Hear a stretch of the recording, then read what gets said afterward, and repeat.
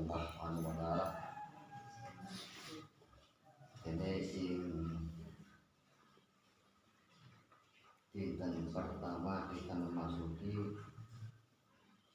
suasana bulan Ramadan, bulan suci, bulan sing kita tengok-tengok mesti ini pun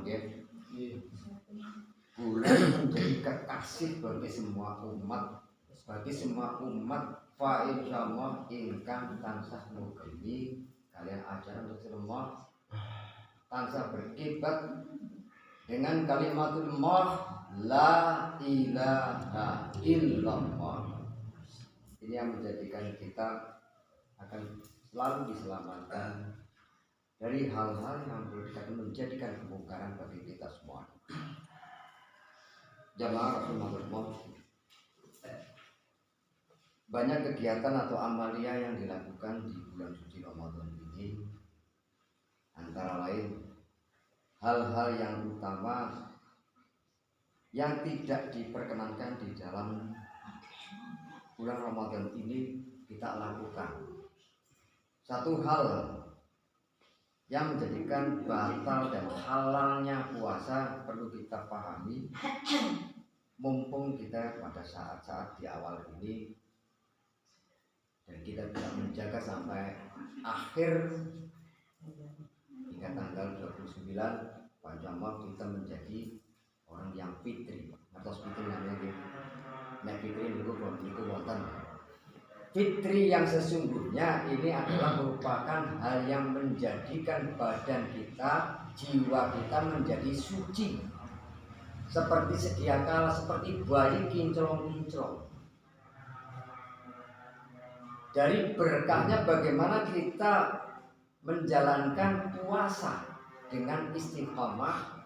Yang pertama, sholat ampun ngantos ketinggalan, terlebih ketika kita melakukan satu amal ibadah di bulan Ramadan, segala sesuatunya Allah akan meningkatkan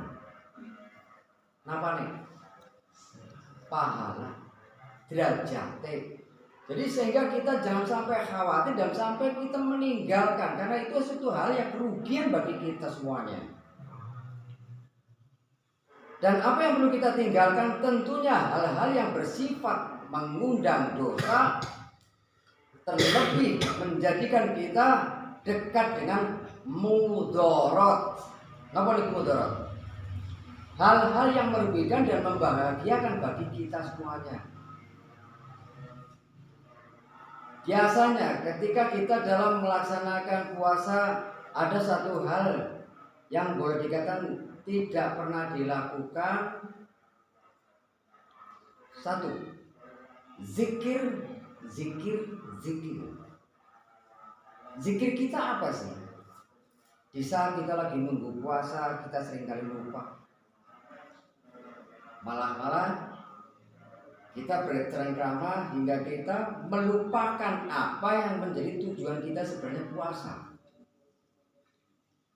Untuk menghindari itu semuanya, maka Allah dalam hal ini membekali pada diri kita semuanya dengan satu zikir pada saat kita menunggu buka puasa. Menunggu buka puasa berarti dari pagi hingga sampai dengan matahari terbenam, kemudian terdengar azan maghrib. Disitulah suatu batas-batas hak puasa kita dibatalkan. Kalau tidak batal malah menjadi haram.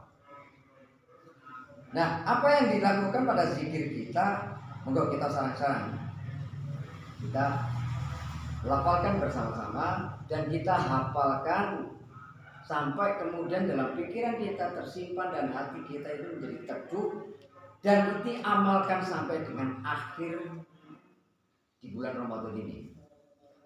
Maka kita sarang-sarang. Bismillahirrahmanirrahim. Bismillahirrahmanirrahim. Asyhadu an la ilaha illallah. Astaghfirullah. Wa na'udzu bika minan nar. Asyhadu an la ilaha illallah. Astaghfirullah. Wa na'udzu bika minan nar. Pun hafal? Sampun hafal? Alhamdulillah. Kita ulang lagi. Bismillahirrahmanirrahim. Asyhadu an la ilaha illallah. Astaghfirullah. Wa na'udzu bika minan nar. Hafal? Pun hafal? Jajal bareng-bareng. Monggo saudara. Bismillahirrahmanirrahim. Asyhadu an la ilaha illallah wa asyhadu anna astaghfirullah. Alhamdulillah. Nyatanya kok nganu wis mikire pernah dadi ngapenah kaya iki ya panjenengan memper. Tapi zaman apa sing panjenengan sampun ucapkan iku sampun merupakan catatan amal ingkang sae. Nah, hal ini nun sewu sebagai gantos ketika panjenengan melakukan perjalanan dalam rangka sehari niku bertablik pada diri kita sendiri, nimbang ngomong sing boten karu-karuan lan boten-boten manfaate, malah jadi kita menjadikan terancamnya batalnya puasa. Maka kita zikirnya, lah namine zikir niku wonten kalih perkawis. Yang pertama jahar, apa Bu? Jahar ngertos artine? Alah yo, apa jenenge? Jahar niku artine dolek kena, kaya ngomong seru, niku jahar. Seperti pada saat melakukan pengucapan kalimat la ilaha illallah, la ilaha illallah, itu keyakinan kita mengeraskan suara kita, ini adalah merupakan zikir jahar. Jadi yang di sebelah kita juga tahu, kuping kita juga mendengar. Nah, ini jahar. Jadi dibunyikan, itu namanya jahar. Nah, saumpama panjenengan lagi perjalanan, nopo lagi goreng-goreng, nopo lagi masak, nopo lagi tumbas, nopo kali lirak lirik, niku zikir boten jahar tapi nopo sir. Atau sir niku artinya menang, senyap. Lah diucapkane niku mboten usah ngobahna lambe disaket ning atine simoni, kupinge nggih mireng. Niku namanya zikir sir. Jadi mriko-mriki mboten ngerti, tapi kita lagi mencari barokahnya Allah supaya selalu melindungi kita dan turun kepada kita, dan dalam keadaan ini kita akan selalu ditoharohkan, disucikan. Bismillahirrahmanirrahim.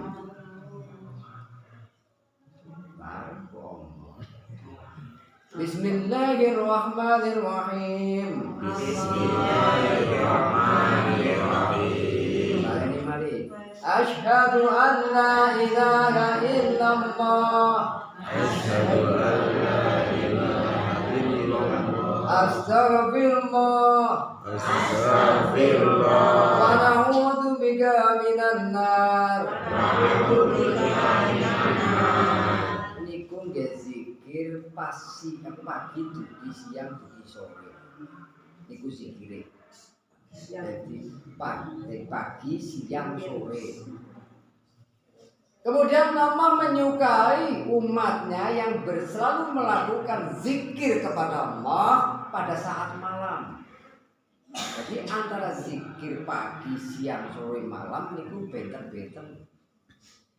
Jadi kalau pagi terlebih pada saat kita sedang melakukan puasa Ramadan, isi rasa kita, pikiran kita, mulut kita hanya dengan zikrullah.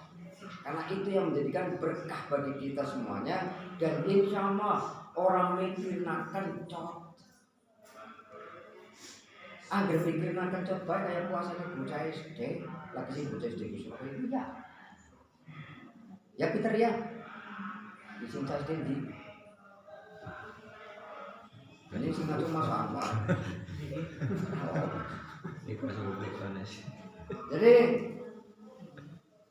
dalam puasa ini ada satu tingkatan-tingkatan.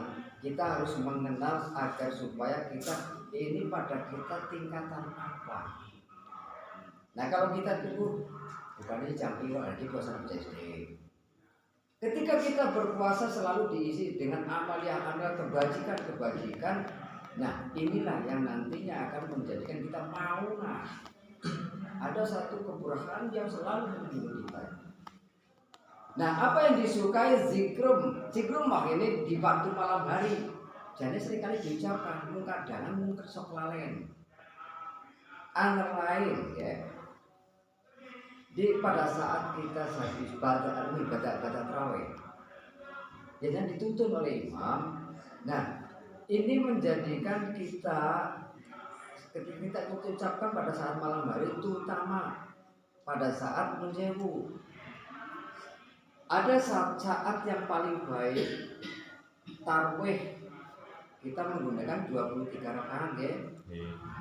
20 rakaat ini saat yang muakkadnya. Kemudian yang 3 ini witir. Nah, pada saat di Mekah ini ada satu hal yang dijalankan yang sangat nikmat bagi yang sudah pernah ke Mekah atau karena tadi sama pas pada saat bulan Ramadan. Jadi pada saat 20 hari puasa 20 hari puasa yang dijalankanlah 23 rakaat. Tapi pada 10 hari terakhir ini hanya 20. Yang 3 kemana? Dijalankan pada saat sholatul lail. Sholatul lail itu apa? Sholat di waktu malam. Karena pada saat ketika kita sudah melakukan sholat witir itu apa sih? Sholat penutup. Jadi nek pun ditutup, napa buat angsal sholat balik angsal tapi mboten usah ngangge witir. Lah witir niki napa dikerjakan pada sholat tarawih tok? Mboten. Di saat jenengan ini sudah melakukan sholat badhe isya, nggih, badhe sarean wajib jenengan ben boten diganggu setan. Jadi tidur yang baik pada saat kita dalam keadaan berwudu, lalu diawali dengan sholat witir. Insya Allah ketika kita sholat witir nunjang umpami Allah ngersakakan kita. Allah ngersakakan kita gini, kita dipundur memualam ya. Karena kapan pun kita pasti akan menghadap kepadanya. Nah, dalam keadaan bertoharoh atau suci, terlebih kita tutup dengan sholat witir, fa insyaallah segala dosa-dosa yang telah kita lakukan akan diampuni. Kembali ke fitri. Untung dong mboten. Wong ditakoni pisan pati kok diteman. Jadi kabeh kok kemana? Artinya pengetahuan sebelum kita menuju ke sana, nah kita perbanyakkan. Karena ini satu kesempatan. Jadi jangan sampai kita lengah, terlebih di bulan suci Ramadan. Masya Allah, ketika kita terus dan terus zikir, kita hanya mengingat pada Allah, kita mengingat Allah. pagi-pagi syahadu la ilaha illallah astagfirullah wa na'udzu bika minan nar. Jangan bosan-bosan. Jadi biasanya dalam keadaan seperti ini maksudnya apa sih zikir ini? Jadi kita akan dikuatkan keislaman kita dan kita akan terlindungi dari segala dosa-dosa yang telah kita lakukan dengan istighfarnya tadi ada suatu ampunan, Ghafurur Rahim. Jadi diluruhkan semuanya. Dan ada doa yang terakhir, wa na'udzu bika minan nar. Jadi kita digolongkan sebagai orang yang ahli ibadah dan dijauhkan dari api neraka. Istimewa mboten? Ini ku zikir hati. Jadi maka lakukan tiap saat. Gampang diingat ya. Asyhadu an la ilaha illallah astagfirullah. Alhamdulillah, itu dilakukan. Jadi pada saat kita ngomong pun, ya zikir itu syir.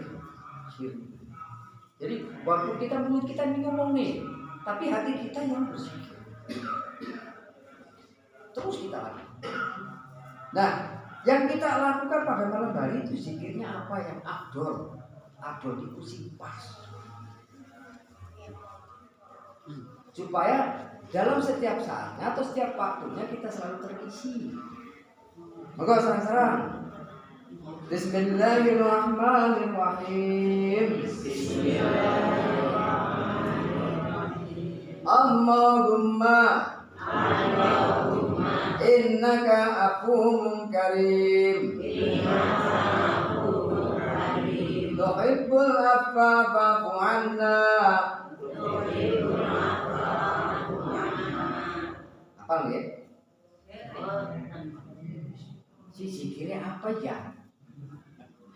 Kalau kita ulangi lagi dan kita hafalkan terus, mudah-mudahan nanti akan masuk ke relung hati kita sehingga kita akan selalu teringat. Bismillahirrahmanirrahim. Allahumma innaka afuwwun karim. Tuhibbul afwa fa'fu 'anna. Allahumma innaka afuwwun karim. Tuhibbul afwa fa'fu 'anna. Niku nek panjenengan ndongaaken kali sejene napa keluargane napa sedulure niku ana, tapi nek nggih kiambak fa'fu 'anni nggih dibedakan nggih. Jadi ketika kita lagi berjamaah fa'fu 'anna, tapi pada saat sendiri fa'fu 'anni. Jadi mengandung makna anna itu jamak. Jamak niku berarti barang-barang akeh. Jadi anni itu berarti kita kembali kepada pribadi kita, badan kita. Pindah mari. Allahumma innaka afuwwun karim. Tuhibbul afwa fa'fu 'anni. Apa kisah bang ya? Niku amalan zikir niku sing diamalkan pada setiap jam. Ya. Jadi ada zikir pagi, zikir malam, terus kita isikan di dalam badan kita supaya badan kita itu selalu taharah. Dengan kita dalam keadaan taharah, faisyamah melaku baik sing mirsani jenengan kaya ayu temen ya, padahal perang-perang isi burung. Nah kemudian sing pria ketone mencolok bagus. Niki karena apa? Jadi Allahumma innaka afuwwun karim. Wis diadohna karo kesulitan-kesulitan karim dimuliakan nama ini itu yang mustajabah. Jadi ketika kita dalam keadaan kesulitan lafalkan daripada zikir ini, terutama di malam hari, karena ini memang zikir untuk malam hari. Allahumma innaka afuwwun karim tuhibbul afwa fa'fu anna. Itu sendiri fa'fu anni. Jadi kita akan dijauhkan dari segala kesulitan-kesulitan yang membelenggu daripada diri kita, sehingga kita akan selalu dalam keadaan ngapa-ngapa ya jadinya ketok enteng, karena kita selalu mengingat Allah Azza wa Jalla yang selalu memberikan kita hidup, memberikan kita nikmat, memberikan kita anugerah dengan banyak ragam yang kita lakukan dalam setiap saat. Memoga karena kita semuanya adalah makhluk Allah dan makhluk yang paling mulia. Kenapa disebut makhluk mulia? Satu-satunya makhluk di antara ribuan makhluk yang berada di bumi ini, satu-satunya makhluk yang paling mulia adalah kita ini, manusia. Kenapa? Satu-satunya makhluk yang dibekali akal, pikiran, dan rasa. Dan yang makhluk lain hanya memiliki apa? Hidup dan memiliki nafsu. Kalau tidak memiliki nafsu, tidak bisa makan. Karena dari nafsu inilah dinamika kehidupan akan berjalan. Hanya tinggal bagaimana kita memanage dari nafsu yang ada di diri kita. Karena nafsu ini juga bertingkat-tingkat. Yang pertama, ketika kita dalam keadaan yang belum, yang timbul di sini adalah nafsu amarah. Dan ini adalah nafsu yang sudah dipengaruhi oleh hubungannya dengan syaitan. Syaitan sih kayak apa? Orang satan, orang gerung udah dimengerti. Tapi kita tidak perlu takut. Nah, niki satu gambaran. Ini satu kunci. Kalau tak-taken kali panjenengan, nek jenengan lewat nggon peteng-peteng wedi mboten. Ndak perlu temen. Wong sing makhluk paling inggil derajate niku sinten sih? Lah jin. Kok nang sore?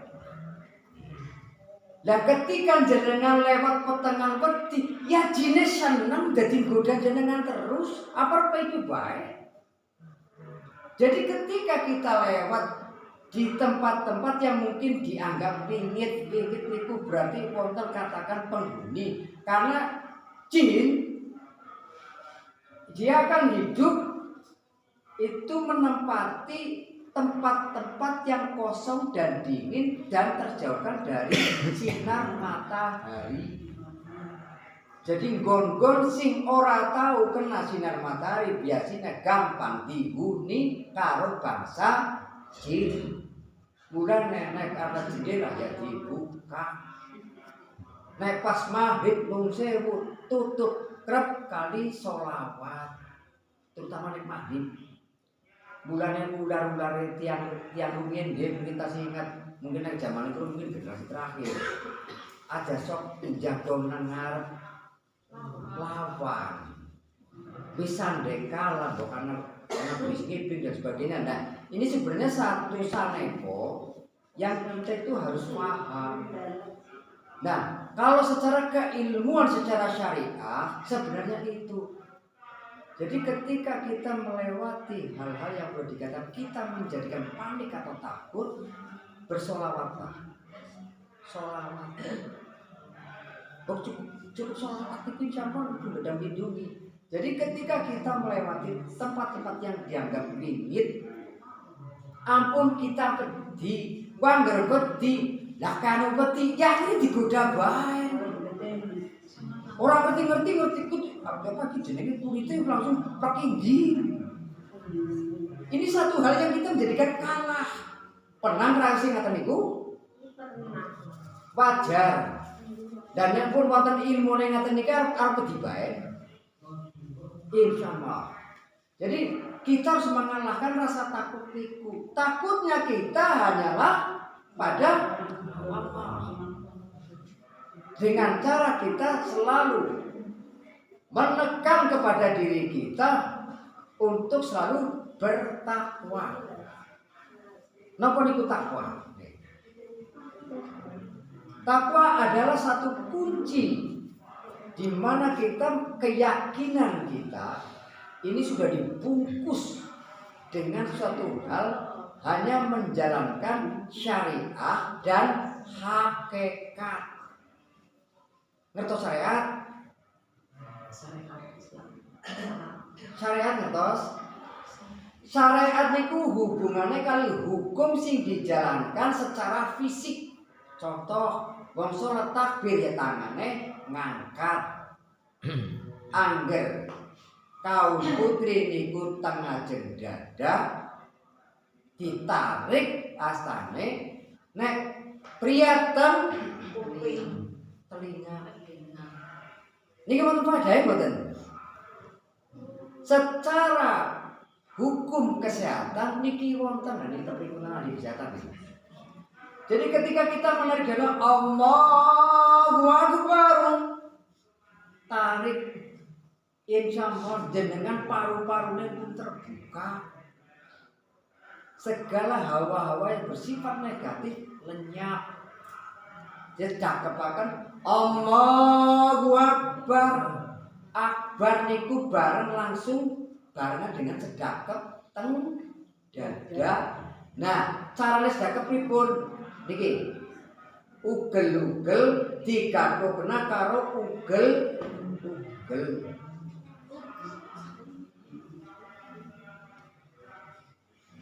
Ampun ngatas niki, ki wong sombong. Yang sedekap bagian iki ora ningali ya. Yang remus sedekap iki wong sombong. Sedekap yang syar'i ngaten. Allahu Akbar.